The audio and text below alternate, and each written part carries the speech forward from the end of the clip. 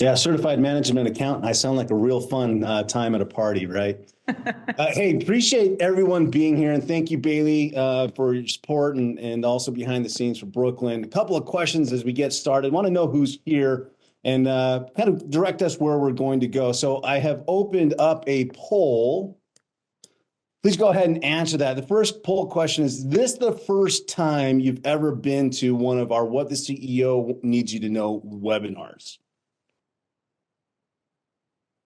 Okay, awesome. Appreciate you answering, coming in. Perfect. All right. I'll give you about another couple of seconds. Kind of like with my kids, I've got 6 kids, so I got to count down like 3, 2, 1, right? Here we go. All right. So about 72% of you, this is your first time. Awesome. For those of you who are repeat customers, appreciate you. Can't hear me. We okay on audio? Awesome. Sorry, can't hear. Perfect. So 72% of you, this is your first time. 26, thanks for being repeat customers. Hope you keep coming back. And those for you that are here for the first time, again, hope this is a great experience that gets you coming back and gets you more intrigued about what we can learn in these earnings calls. One last, well, I got 2 more poll questions. Are you a graduate? Have you ever attended one of our sessions, whether it's been this year, whether it's been prior to this year, or in 2023? Sorry, B should be 2023. Mixed that one up. I guess, sometimes when you have 6 kids, you don't know what continent you're on. Here we go. Let's see. Awesome. About halfway through. You've got about 20 seconds to answer this one. And again, I just want to know who's here, who's in the room, and I can guide this discussion more towards that you need. As Bailey said, if you've got questions, comments, we're monitoring the chat box, would happily answer questions and comments there or see your insights. And I like to have that conversation. Unfortunately, can't have it face to face. So we'll see that in the chat box. Okay, about 40% of you have attended in this year or in the prior year. Before that, 20%, 14. Okay, so 26% of you have never attended one of these webinars, and 14% of you have never attended our course.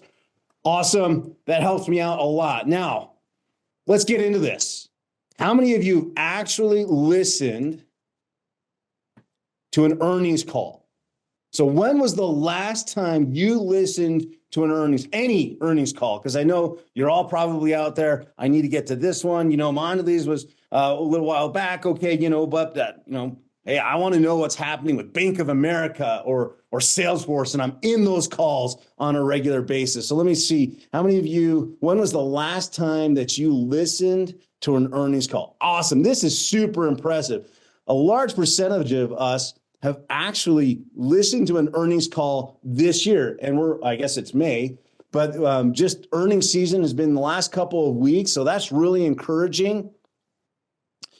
For those of you who've listened to an earnings call, 55% of you, another 11% of you last year. No one would rather go to the dentist. We all know how bad that is. One of my daughters just got her wisdom teeth out, so she's looking like a chipmunk, poor thing, hating life right now. But for those of you who have listened to an earnings call this year or last year, why in the world did you do it? What'd you get out of it? And those of you who've never listened to an earnings call, or even those that have, what are some of the challenges you face when you go listen to an earnings call? So I guess that's a question for everyone. What are the insights? What can we get out of it? And what are the challenges that really make it hard to go listen to those earnings calls? Yeah, the business speak. I remember one time sitting down with my boss. He starts speaking. I'm like, I don't know what you just said. Slow down there, right? Yeah, all the jargon and acronyms for sure. Think about the audience and think about the experience. And you've got C-level executives. And one of the things that I think we just don't, it's the paradox of expertise. We don't realize that some people are just doing this for the first time. So a couple other things, understanding the severity of the red flags. Yeah. So what's coming up in the market? What are the challenges we see? And that gets to the so what? What do I need to know about this? So how do I get through the language, understand the spin so I know what the red flags are, some of the challenges that we are, And then where do we go from there? John, you say you like the focus on analyst questions. I love that too. We'll get there. I'm a member of a publicly traded company and want to understand what is being said in the market. But it's hard to understand what's being said live, even though I know in theory what's going on behind the scenes at our org. Yeah, I love it. So what is actually the message? I hope today that we get a little bit of that all, right? Understand a little bit more about the jargon and acronyms, what's actually being said about the current condition in the market, and how, in this case, Mondelez is actually heading that off. Like, what are we doing, and from Mondelez's perspective, to do it? The so what to sort of things. So yeah, great. One of the things that you see and some of the challenges that any company and anyone as employees in companies we have is very few understand what the company's strategy is. So you think about some of these really large organizations, what is the large organization as a whole? And Sean, you're adding, but what about all these business segments? What about these different go-to-market strategies that you might have, the verticals that you serve? What about the different platforms and brands and services? How do each of them make money? How do they impact the company as a bigger whole picture? Now, again, most of us, most employees don't have that really clear connected dot from what I do to what the story of my business and what we're really trying to do.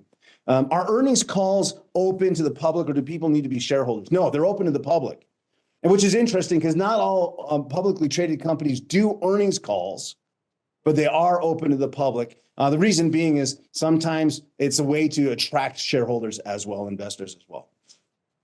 So one challenge we have is even if we do give that information, most employees don't have a connection to the company's strategy.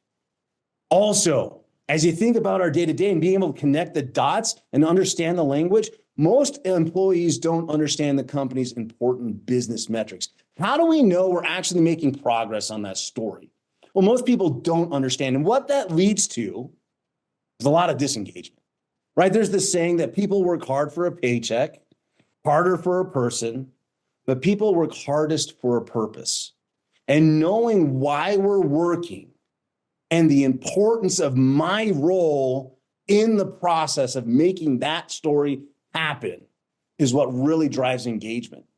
And so with most people not being able to make those two connections because of things like time and jargon and all of those things, most people are really, we're not that engaged. And Gallup organization says that's an $8.8 trillion problem. So imagine you're a CEO, and in this case, we're looking at it through the lens of Mondelez. Imagine you're Dirk Van de Put, and you're leading this global company. You operate in over 80 countries, but also sell in over 150 companies. You've got almost 100,000 employees. And most of them don't understand the story. And most of them don't know how important their role is.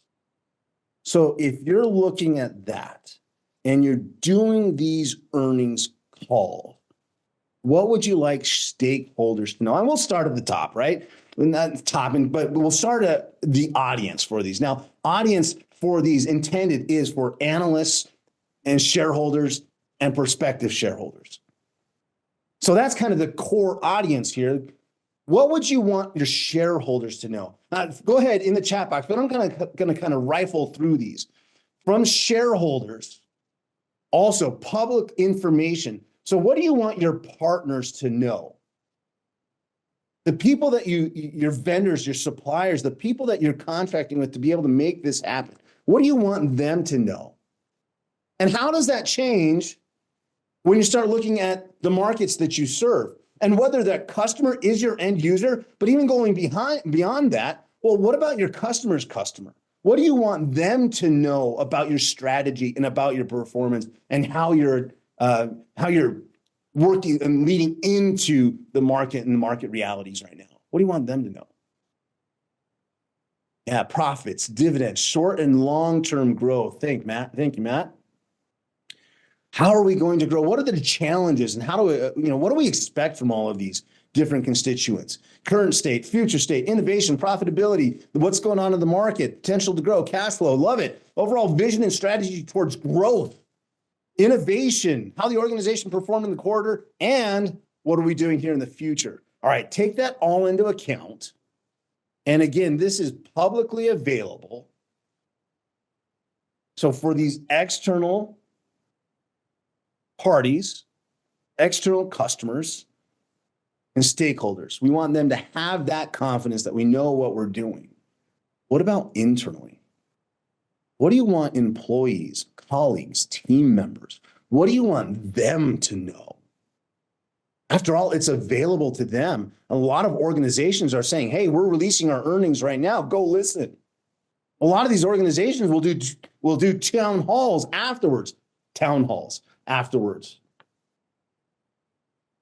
So what do you want your employees to know?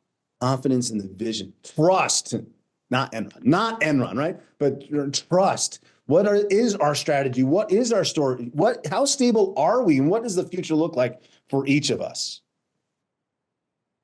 Yeah, what does it mean to them?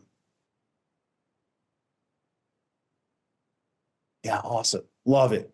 So what does it mean? Now, we get that connection, that confidence, and we can get that and understand what we can do about it, the control that we have. So here's my guarantee to you. I know that we can make this connection, and being able to develop, those of you who have been here before know this, and those of you that are, this is your first time or haven't gone through or yet to go through one of our workshops, you'll know this as well. You continue to develop your business acumen, and a great tool to do that is to listen to our quarterly earnings calls, your company's earnings calls, and start trying to make that connection.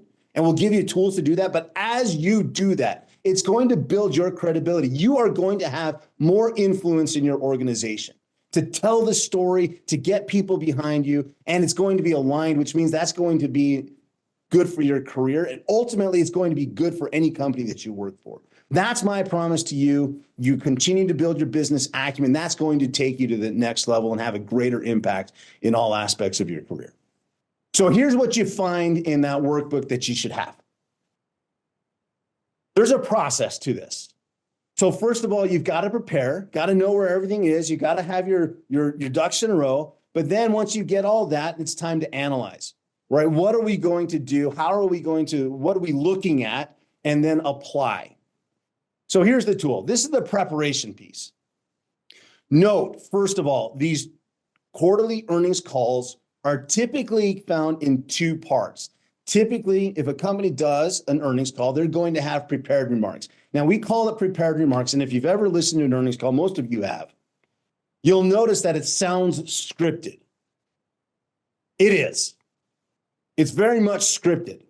It's carefully crafted communication that those executives want us to know, whether we're shareholders, partners, customers, or employees. They want us to know these items, and they're well rehearsed. Even I've seen some of them pre-recorded as well. So again, think about that carefully crafted message, and how do I connect to that? What do I get out of that?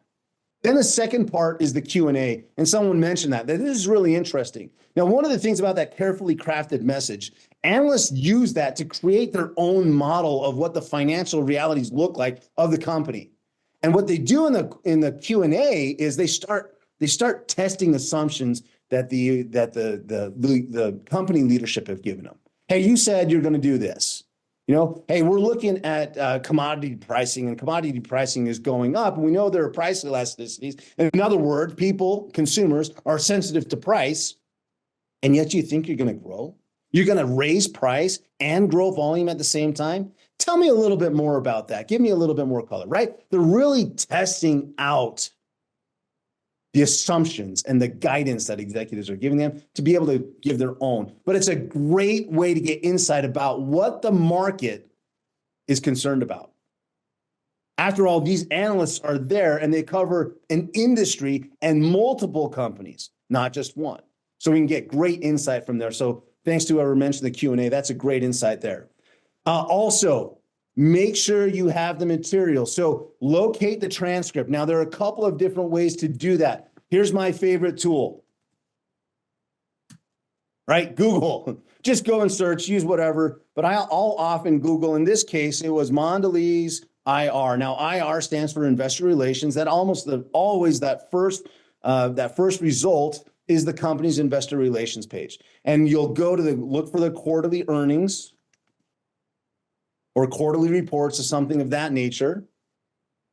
And then there are a couple others, and I'm going to put them, there's not an endorsement. These are a couple other tools that I use. CapEdge.com, it's a freemium site. SeekingAlpha.com is another one. Fool.com will have some. There are some other sites out there. But if the company occasionally will publish a transcript.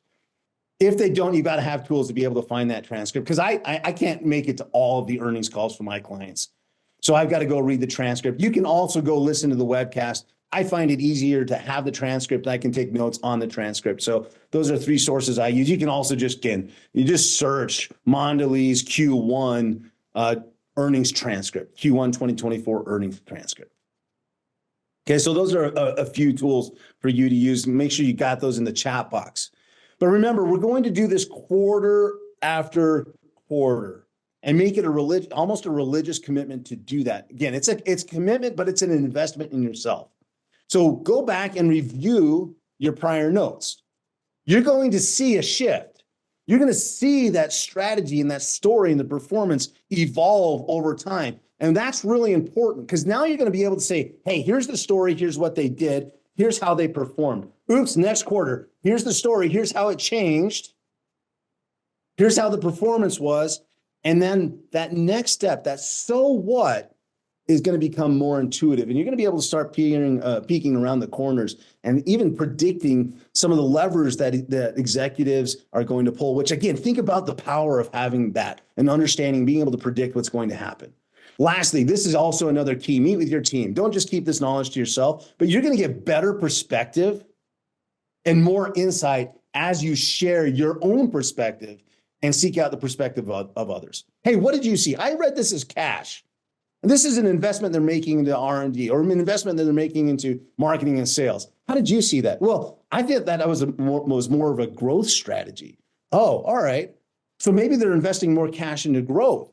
Well, that means they've got to have more cash on hand. Do they have enough to do that? You can start connecting these dots, especially as you meet with your team and to get better insights. So now you've got the materials, you've got your history with you, you've met with your team, you're talking about that. Now let's take the analysis part. We've given you in this tool a way to parse the message. Take that carefully crafted message, take the tests in the Q&A, take their performance and actually get the so what. What does this all mean? And one of the keys to being able to do the analysis and make it more simple is our 5 business driver model.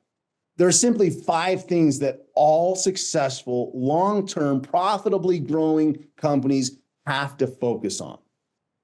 Number 1 is cash. And I'm telling you, it doesn't matter if you're starting a lemonade stand or if you're running Walmart. Every company has to have cash. And so when we think about cash, we're thinking about how much cash do we have in reserves? What's our cash position? How much cash do we have right now that if we needed it, we have access to it, like your own personal savings account? The second aspect of cash is we've got to generate it. So we've got to have cash flow. We've got to be able to provide a service that people are going to pay us for in actual cash, not just IOUs. Now, one of the sustainable levers of additional and growing cash flow is profit. Profit's an accounting metric, but profit is a surplus of revenue minus expenses. In other words, what we have coming in minus what's going out to run the company. A good measure of a company is how profitable they are.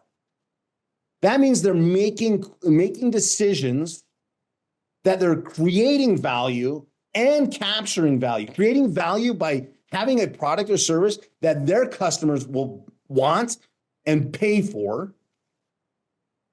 at a level where they're creating value for the company. In other words, the impact of their decisions is smaller, the cost is smaller than the value that they're creating, the revenue that's coming in. So profit is a way that we measure our effectiveness in running the business. We measure that at different levels. We'll take a look at a couple here. Assets are the resources. Assets really, the resources of the company, but assets put money in your pocket, right? Every investment that we make, we've got to have a return. So assets put money in your pocket. Growth, of course, well, we've got to stay relevant. Shareholders get their return out of growth. Growth is good for everyone. It provides opportunities for us as employees and ultimately keeps us relevant for our customers. And people are at the heart of any business. Internal people making it actually happen, taking the strategy and story and actually providing this product and value to a customer. People are our internal customers and our external customers too. So internally, the employees, teammates, colleagues, external customers, the people that we sell to, the people that regulate the industries, partners, shareholders, and the like. And we're real confident about this. We know this model works because we measure our performance around all these 5 drivers. Right? We're looking at the statement of cash flows, or one of the 3 main financial statements, to measure how much cash we're generating, how much cash we have at the end of a period. We look at the income statement, or another name is a P&L, to understand how effectively we're making decisions and measure our profit. And assets are measured on the balance sheet. So now that we have that background, and I realize that's a really fast and quick synopsis of what this 5-driver model looks like. But it's a powerful model that scales really well. Now, you may need this a little bit of a refresher as you go through the analysis. And so in your tool, in the workbook, you'll see these 2 pages together. On the left, you'll see beneath each of these of the 5 drivers, you're going to see a definition. So there's a quick review for you. And then keywords, some examples that we often hear and use as we communicate these ideas. So keywords there. So this tool is really to help you out, even if you are just for the first time looking at this model or trying to understand earnings calls. Now, here's what we do. We're going to take a look at the earnings call through the lens of the 5 business drivers. But like you said, we've got to really kind of read between the lines through all the jargon and through the spin, what's really happening. And so on the right side, you'll see some questions that help us dig in and understand and read between the lines and be able to start looking ahead and peer around the corner. Then we'll get into it, but we're going to look at the measures and how we're making progress. That will come a little bit later. But let's dig in and use the 5 business drivers to understand a little bit more. By the way, in the chat box, if you have questions about any of this, please let us know.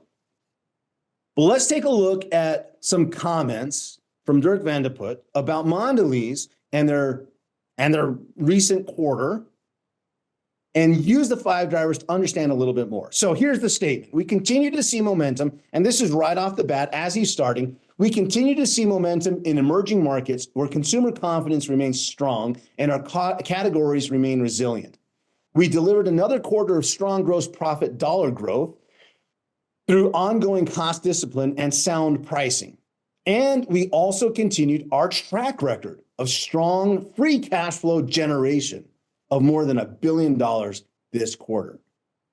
Talk about jargon. I think I just filled up my whole bingo card in one statement. So how do we understand this a little bit better? Well, first statement, we continue to see momentum in emerging markets. Wait, what's momentum? Momentum is like, okay, how do I get here from here? Oh, growth. We're talking about growth. Now, emerging markets, you might read this differently. It might all be about growth, or you might think about, hey, food and beverage company, our go-to-market strategy and the way we structure ourselves can really be a competitive advantage.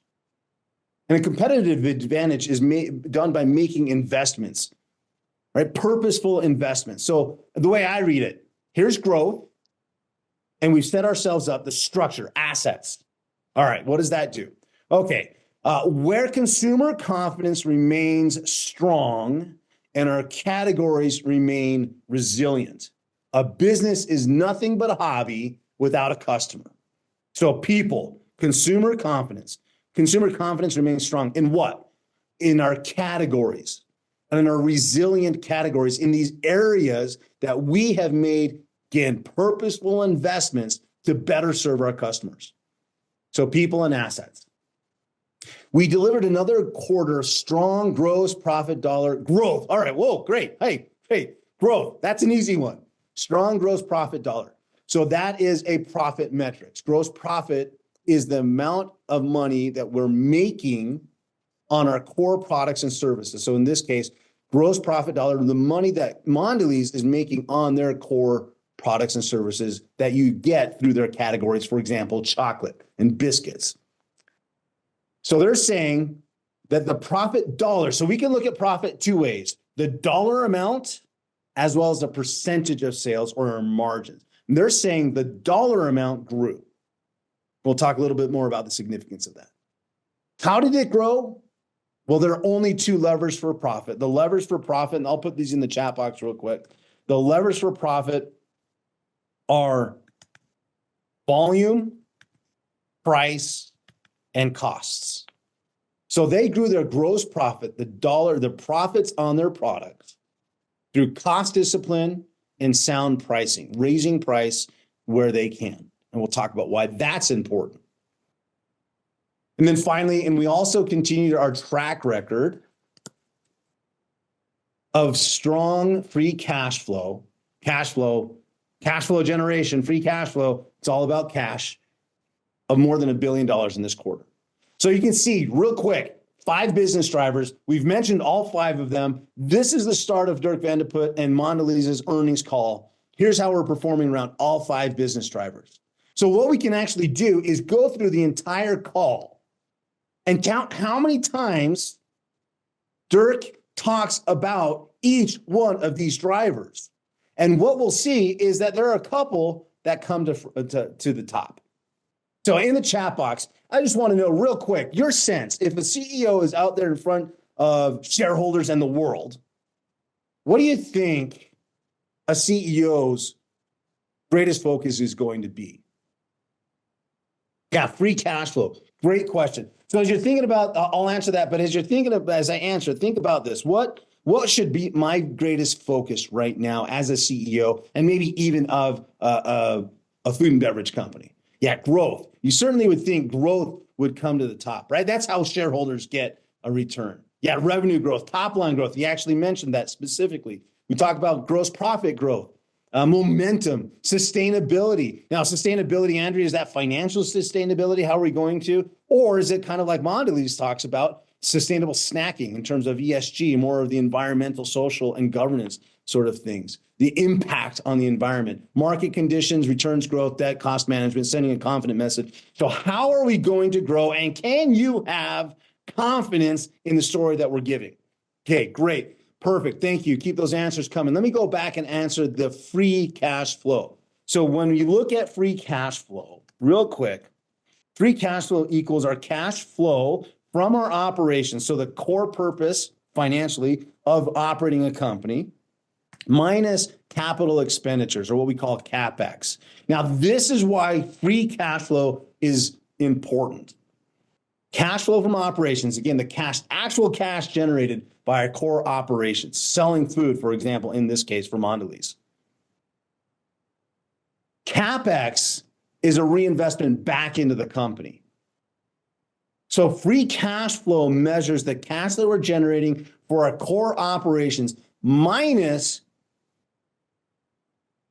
a required reinvestment back into the company, right? It's required that we reinvest in capital expenditures, especially for a company that's making and distributing food, needs that equipment, needs that infrastructure. So how much is left and what does that do for us? Well, having strong free cash flow, remember, we've already accounted for the money we're reinvesting back into the network.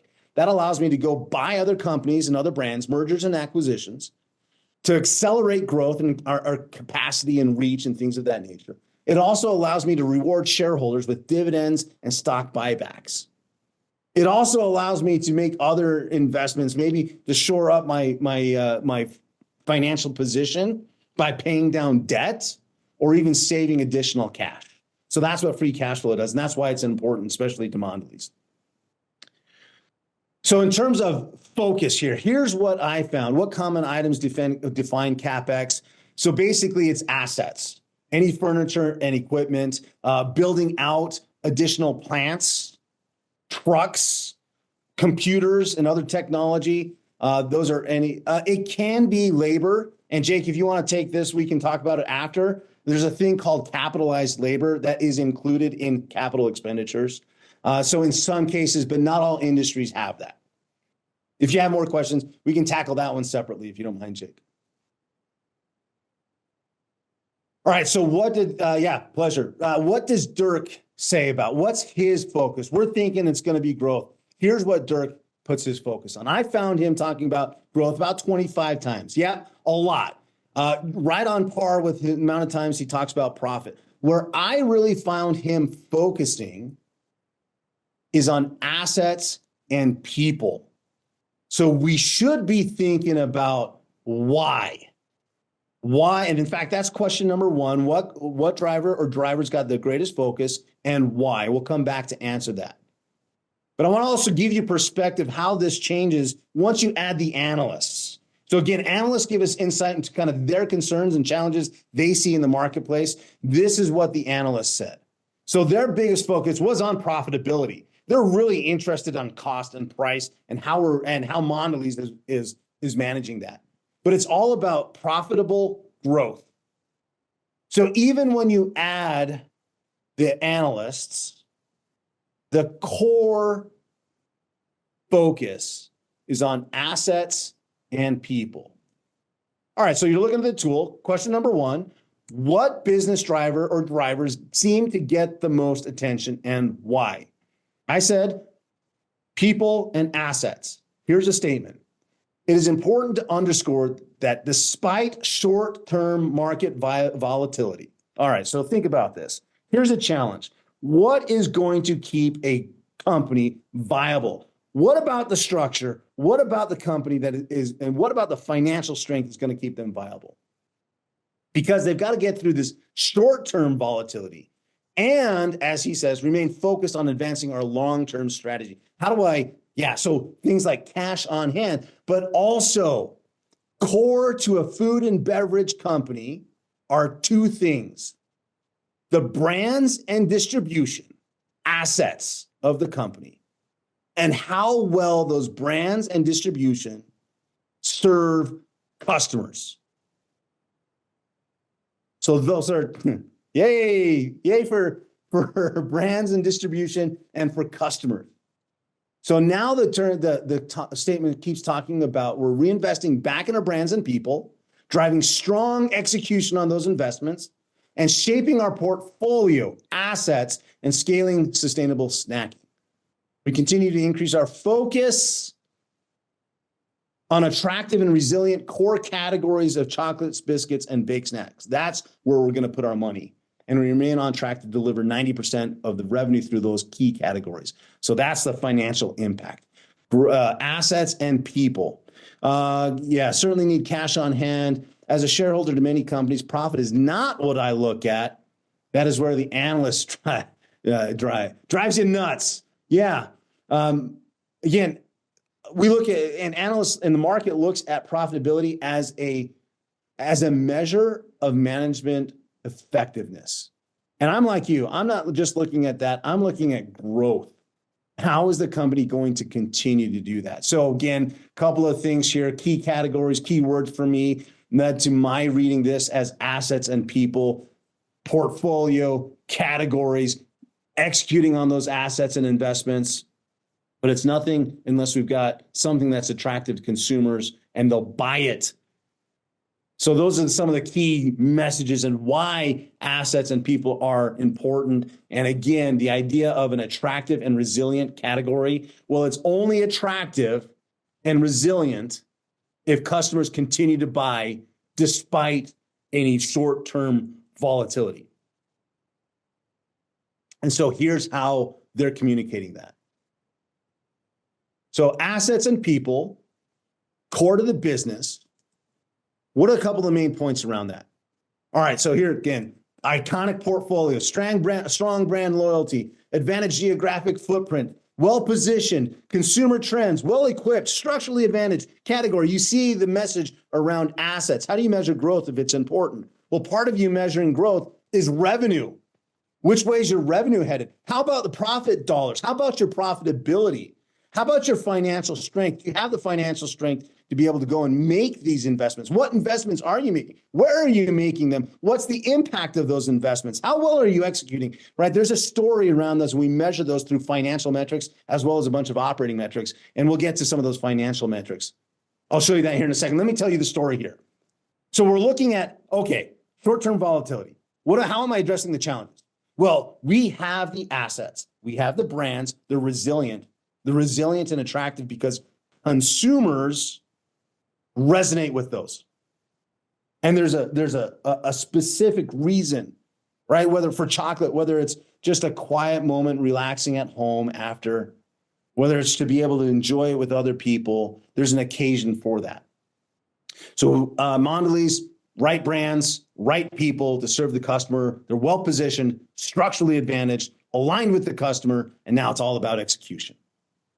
And so here's what they're saying. Again,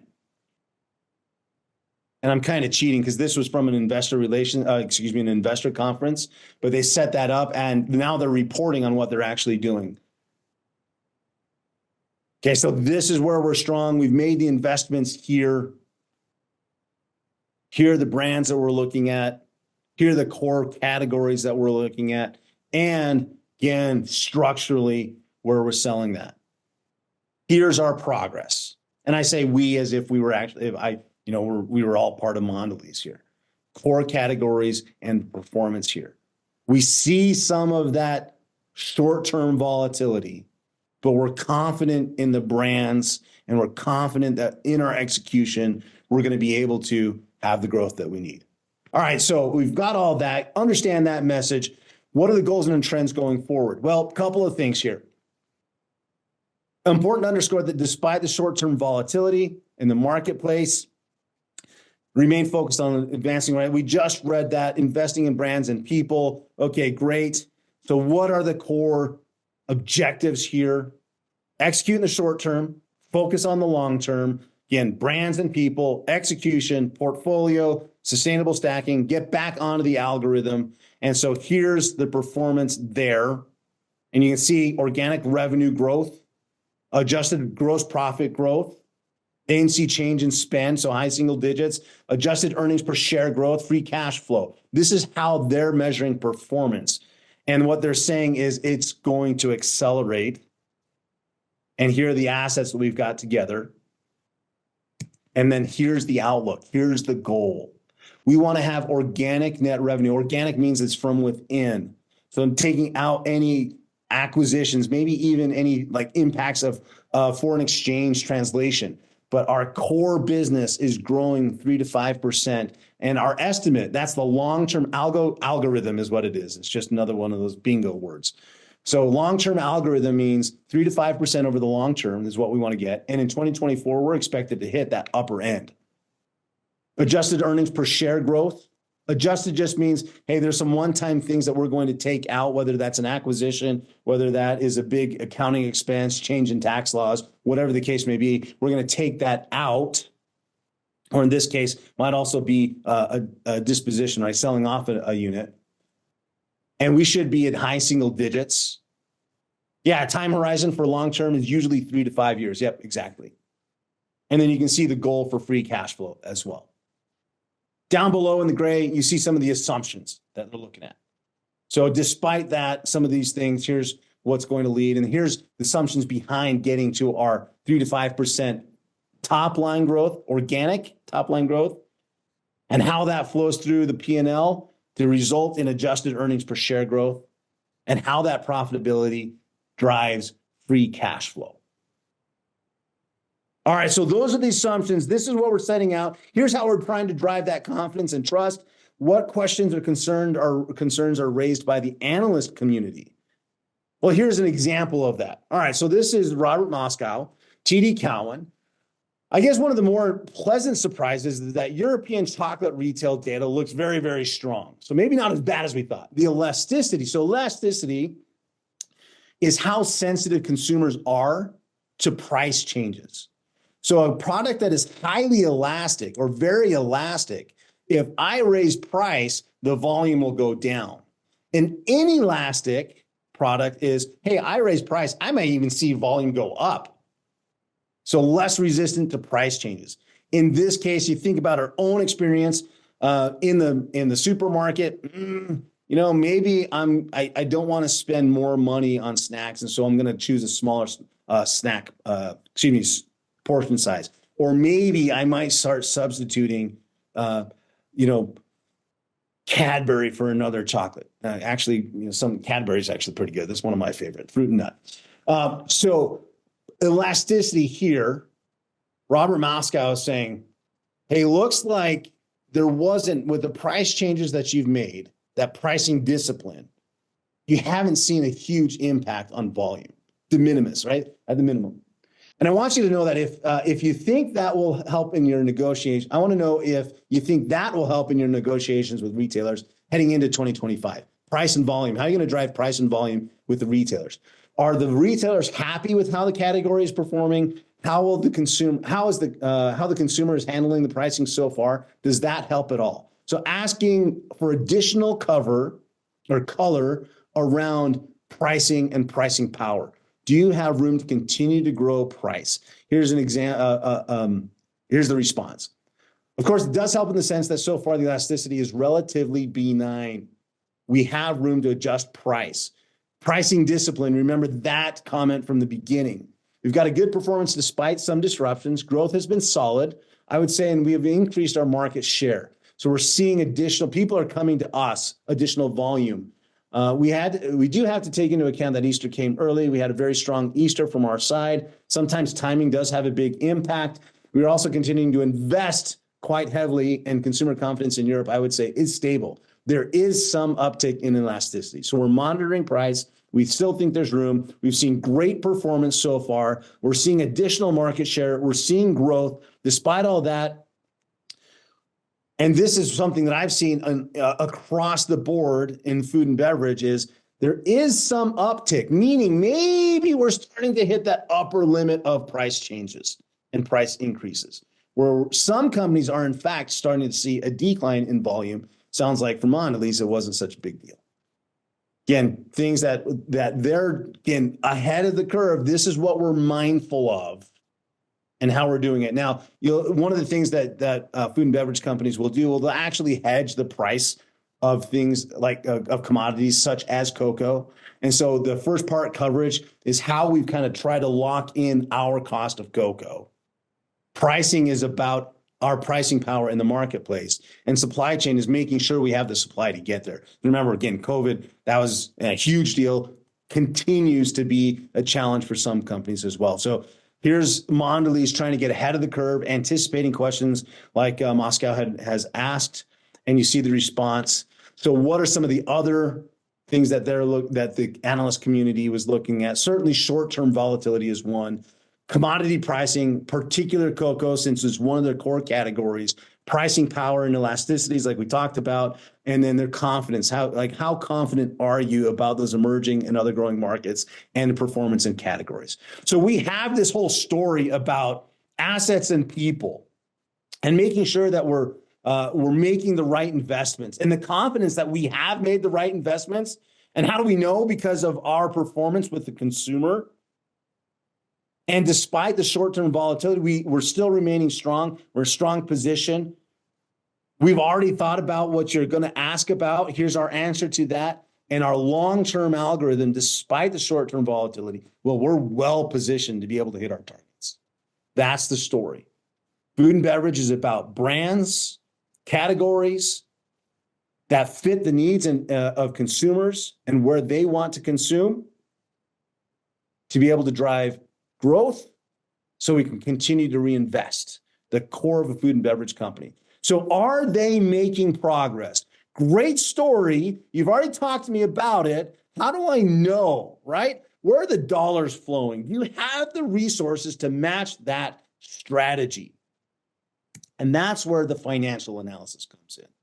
Now you'll see here, navigating the financials tool measures the 5 business drivers, and you see the 5 business drivers down the left. There are metrics for each of those drivers financially. And then we have some equations. So, we got to do some math. This column, the statement, tells us where to go, which financial statement to look at. And then we can drop in our numbers and our answers here. Now, we've given you a comparative one. So now we can look at Q1 of this year versus Q1 of last year. Now we can look at Mondelez versus anyone else, versus Kellogg, versus Kraft, versus any other competing company or adjacent company, or even consumer, like retail companies like a Walmart. How are we performing versus them?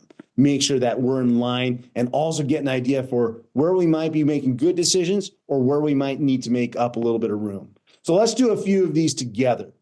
So first one, cash and cash equivalents. Cash and cash equivalents is the line item. I'm going to look at the balance sheet. So I go find the Mondelez balance sheet, and the balance sheet is set up so there are assets at the top, then liabilities and equity down below. Cash is an asset. So I'm looking for cash and cash equivalents or something of that nature, and it's right there. Cash and cash equivalents, $1.3, $1.4 billion. So I'm going to just drop that in there. Do they have cash to continue to invest in their brands and into their people like they said they're going to do? Okay, $1.4 billion. That's nothing to sneeze at. Seems to me like they've got it, but I don't know what was it last year? So we'll check on that. Let's go to the second one. They said they've got over $1 billion in free cash flow. This is just cash from operations, so just a part of that equation, but I need to find that on the cash flow. Now, let me give you a hint. This is a statement of cash flows. It has three sections: operating activities, investing activities, and financing activities. Easiest way is to look for the subtotals, and the subtotals are usually given with an overline and an underline. So I'm just going through here, 1, 2, 3, 4, 5 subtotals and a total down here. Well, if I look, that first subtotal says net cash provided by operating activities. That's the number I want. That's the number I want. So they had $1.3 billion in cash flow. And I'll just drop that in there. So they've got a strong cash flow position. At least it looks like that so far.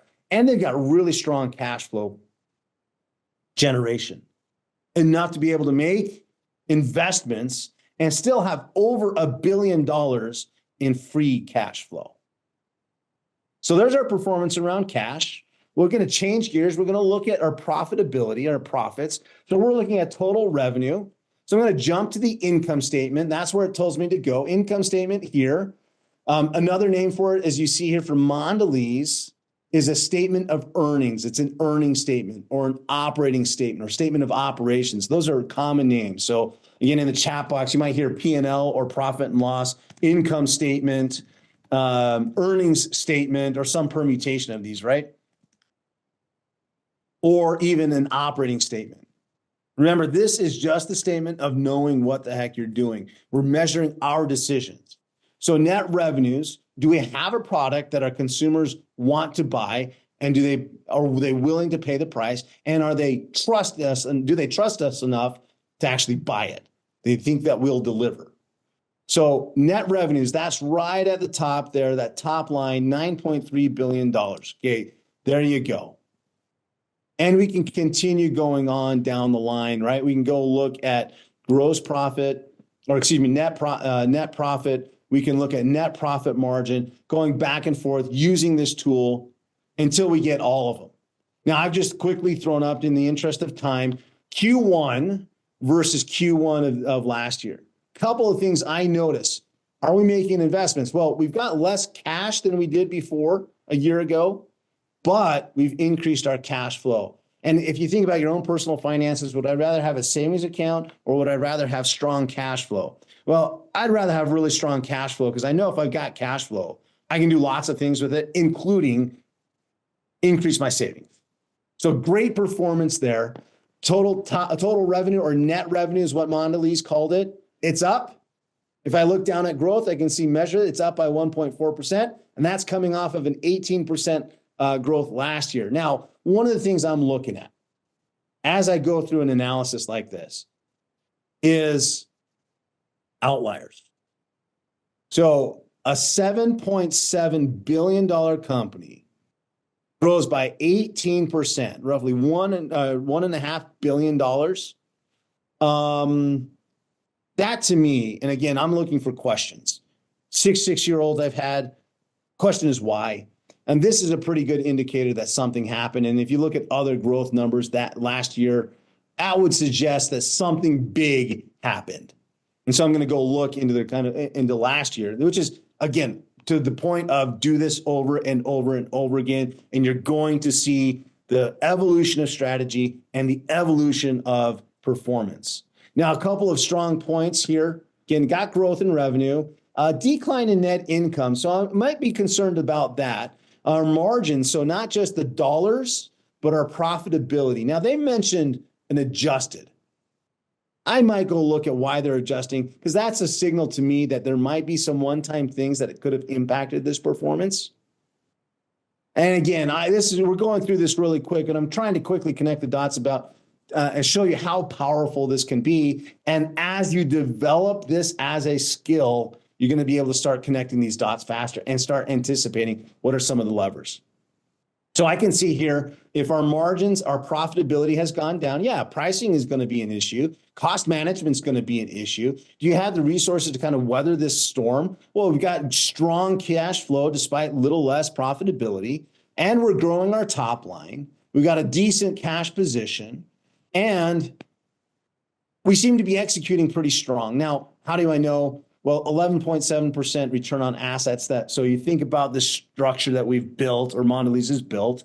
The average ROA is somewhere around 6%, and they seem to be overperforming that even in the face of some of those short-term challenges. Would I like to see growth down here? Absolutely. And so that's what I'm going to look at. That would be a question. All right, how are you going to grow? Is it pricing? Is it cost management? Is it further investments and taking advantage of those investments? Well, how does Mondelez stack up at, say, some of the competition? So here's Hormel, a different category. This is more of an adjacent, but you kind of get what's happening in the food and beverage, because Hormel is seeing some of the same thing, right? Commodity price inflation, elasticities, and you can see some of their performance. But how is Mondelez doing against PepsiCo? I might want to go look at how they're doing against Kraft Heinz as well. That's kind of a little bit more one-to-one there. But I can get a good sense, and helps me understand not just what's happening with Mondelez, but what's happening in the market. And I can even go as far as saying, hey, well, they got to sell through a network. So how are their customers doing? All to be able to understand the so what. And that takes practice. It takes repetitions. So time and time again, review your notes, meet with your team, do this every quarter. Apply it then. Now, our experience, and we've had experience with 34 Fortune 50 companies, there's a power to doing what we're suggesting that you do. It helps to increase collaboration. It drives better teamwork. It helps and improves employee engagement so we can start having better productivity, driving performance. And at the end of the day, if we don't do anything with this knowledge, again, I like this statement, right? It's kind of like your mom. If you knew you had to make your bed, why didn't you make your bed? So now how do I apply it in the tool? The last parts of the tool help you get there. You get the analysis. Here's the story. You get the performance. Here's where I find weak parts, strong parts. Helps me understand, hey, where do we go from here?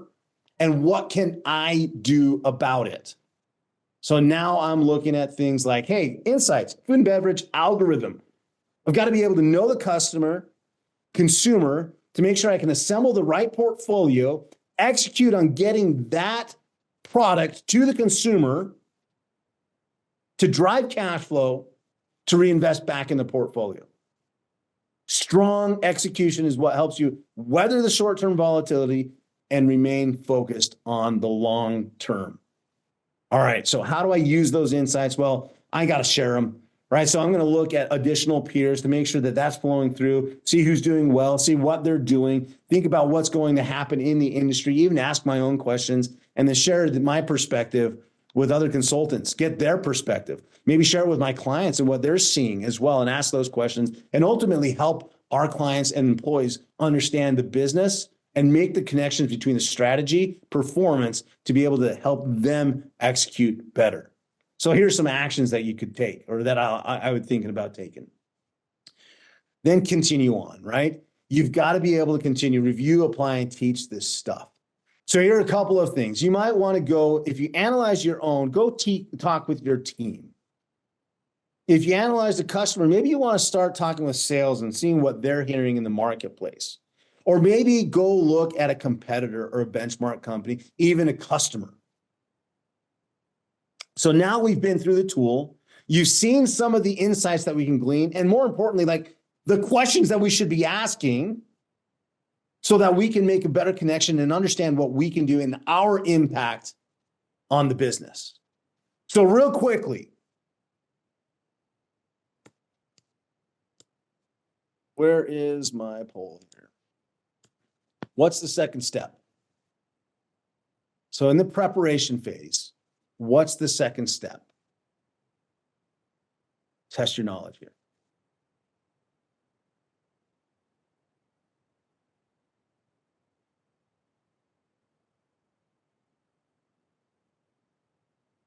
So far, we're 100%.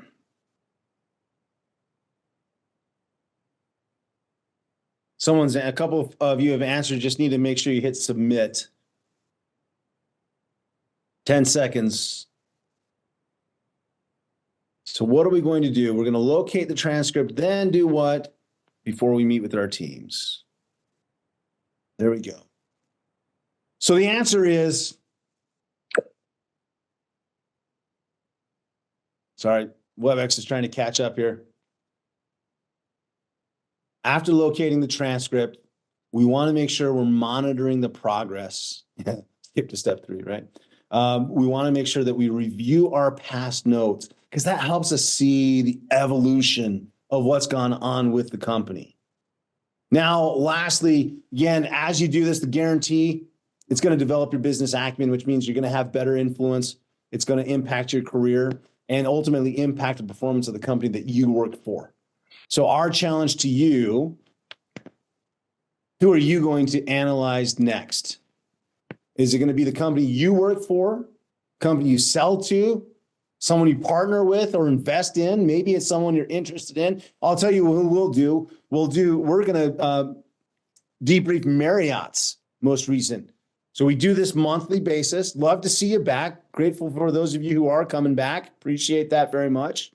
We're going to take a look at Marriott, take them through the same process and see what insights we can get from them.